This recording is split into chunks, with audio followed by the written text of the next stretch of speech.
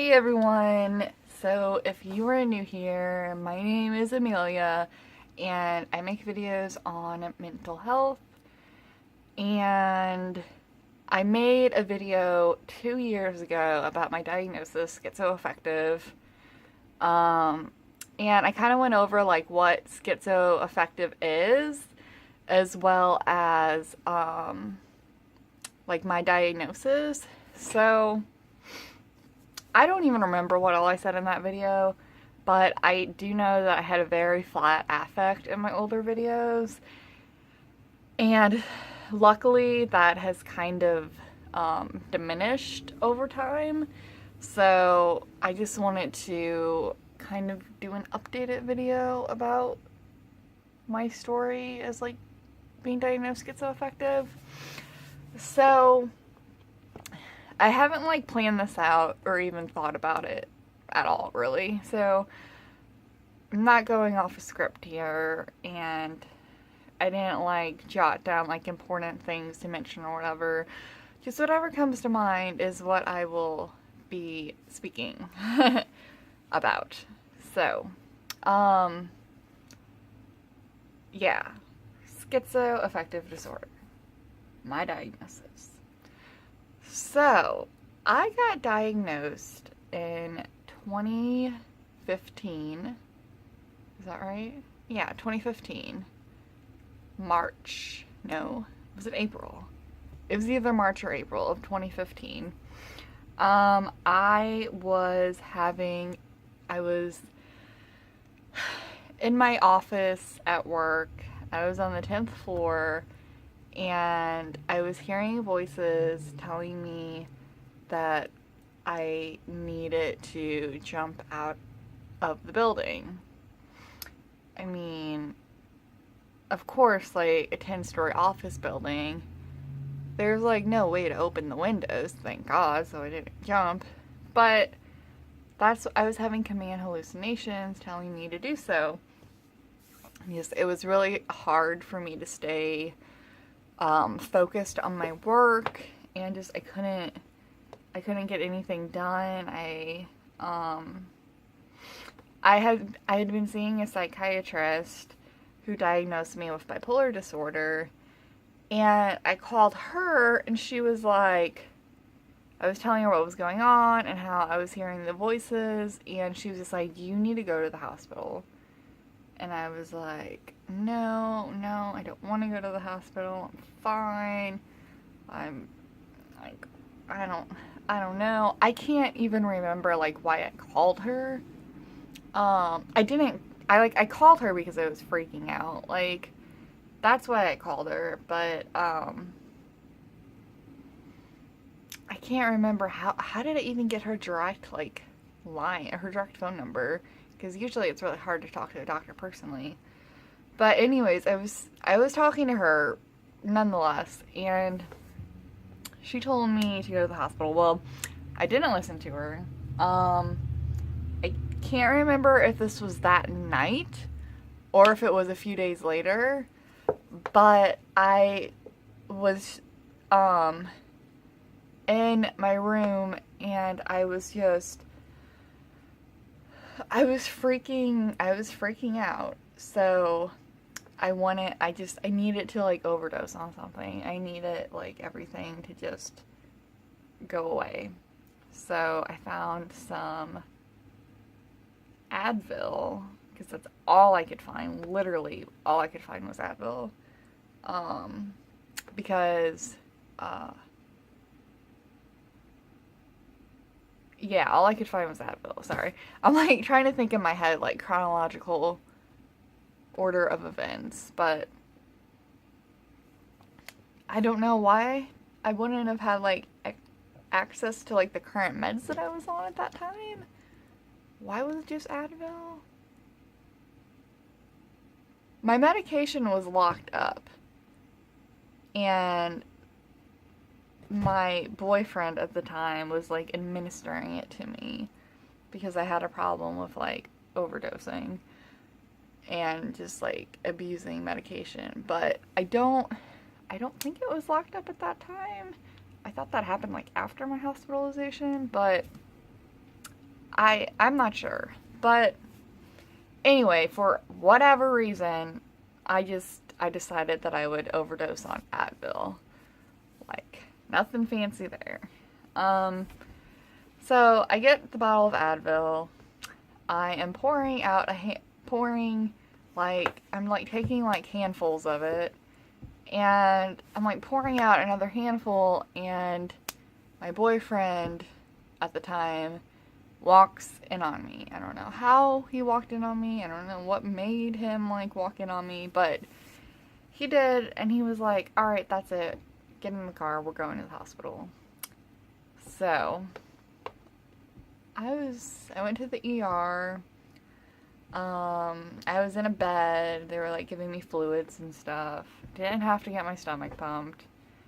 I was medically I was okay. So yeah, then I was like in like the waiting area in that hospital for 24 hours till I finally got transferred to like an actual mental health facility. And that facility, they just like diagnosed me as like they stuck with my bipolar diagnosis, and they didn't really like do much. I don't even think they changed any of my meds. Like, they didn't touch my medication at all. They just left everything the same. So like, besides being in like a controlled environment where I can't hurt myself, there was like no other advantage of being there. So I got out of that hospital in like 5 days or something, and after that, I immediately did partial hospitalization, which is just being at a like day facility, like outpatient facility for like from like the morning until the afternoon. So, and it was just like a lot of like group therapy and like worksheets and just things like that, and it was not helping me at all. Like, not at all. I was still feeling really suicidal, and I was still feeling really unstable. So this time I checked myself into the hospital, a different hospital. And that hospital is where I got my schizoaffective diagnosis. So it officially, well, okay, technically it wasn't at that stay that I officially got it. At that hospital stay, they wrote in like my records that I was either bipolar with psychotic features or I had schizoaffective disorder, bipolar type. And the doctor who diagnosed me with that, once I got out of the hospital, I saw him just as a regular outpatient, and he like did like a further like evaluation of me. And because I would have hallucinations or delusions or what have you outside of mood episodes, then I was schizoaffective. Because in the hospital they didn't know that. They knew obviously I was having psychosis, but they didn't know if it was psychosis within bipolar or if it was just actual like ongoing psychosis, like regardless of the mood episode. So that is how I got diagnosed. And as far as like medication goes, so the first medication that I was put on was Latuda, and that's actually what I'm currently taking. It is pretty much the only antipsychotic that I can take. I've tried everything, you guys. Abilify, Geodon, Risperdal, Zyprexa, Rexulti, Vraylar. Am I missing any antipsychotics? Seroquel. I've tried them all, you guys. Pretty much the only one I haven't tried. Well, I haven't taken like clonidine. That's like one of the first gens. I am prescribed Haldol right now to take on an as-needed basis when I'm having breakthrough psychotic symptoms. So I haven't taken all like the first gen antipsychotics, but all the second generation antipsychotics, your Risperdal, Zyprexa, Seroquel, all that stuff. I've taken every single one of them, except for Sapphiros. I haven't taken Sapphiros because I don't like bad tasting things, and Sapphiros tastes like poison, is what I've heard. And I know myself, I won't take it. If it's an unpleasant experience, then I'm just not going to take it. I have a hard enough time taking a pill, like swallowing a pill. I'm not going to let a fucking pill dissolve under my tongue that tastes like acid. Like, just not going to do it. So, yeah, Latuda is the only thing that I don't get major side effects on. Or I do get side effects. I get nausea, but I'm taking a medication that prevents the nausea. It's like just an anti-nausea med. And it's the only antipsychotic I don't gain weight on. So yeah, that's really fucking sucks that I gain weight on literally everything. And yeah, so, but anyways, yeah, I'm kind of getting off topic here. So, what I was saying, I was prescribed Latuda first, and I'm still currently on Latuda. I tried a ton of antipsychotics before that when I was just diagnosed as bipolar, and I have tried, like, more antipsychotics. Like, I stopped Latuda, and then I was on Rexulti, gained a ton of weight, like 20 pounds on Rexulti, without even realizing it, just thinking it was, like, my metabolism is slowing down with age or something, or just, like, you know, or just, like, I'm not eating as well, but it turned out that it was Rexulti that was causing it. Took me a long time to figure that out, but, yeah, so, there's that. And, so, I am losing my thoughts. So yeah, as far as like, I mean, I'm not going to go into huge detail here and talk about like every episode that I've experienced, but basically I've been having hallucinations since childhood. I remember like feeling that I could breathe underwater. And I saw like a bright light underwater, and I could breathe underwater, and that was like a very strange experience. And then I would always hear like my bedroom was across from my, the office that like my dad would work in, and like the light would be off, and no one would be in the room. But I would hear, like, typing, like, computer keyboard typing, and I had that hallucination often, and just hearing chatter and people talking, and just, like, just interesting, always being, like, very delusional, like, thinking, like, having grandiose delusions as a child, which is really weird, but just thinking that I'm just like some like super smart, super like all-knowing like child that I thought that I was a dog. I had a delusion that I thought that I was a dog. Half dog, obviously, half human, half dog. Yeah, that lasted for a little while. I don't know how long, like a couple years maybe. But yeah, I've always had like hallucinations and delusions. Always had paranoia.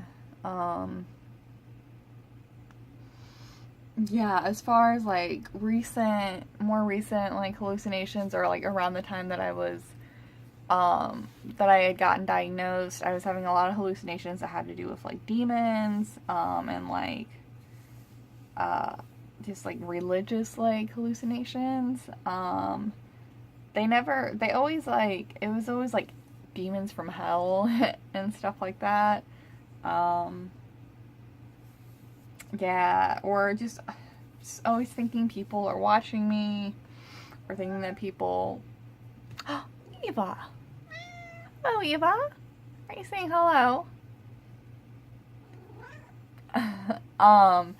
Just thinking that people can hear my thoughts, or they're reading my mind, and just like, be thinking that someone was in my house, thinking that there were just like demons, or just like evil entities, and yeah. So just a lot of just like losing complete touch with reality. Like, that's what it was. So yeah, and I mean, I don't know where I was gonna go after I shared that. Like, my diagnosis and like stuff.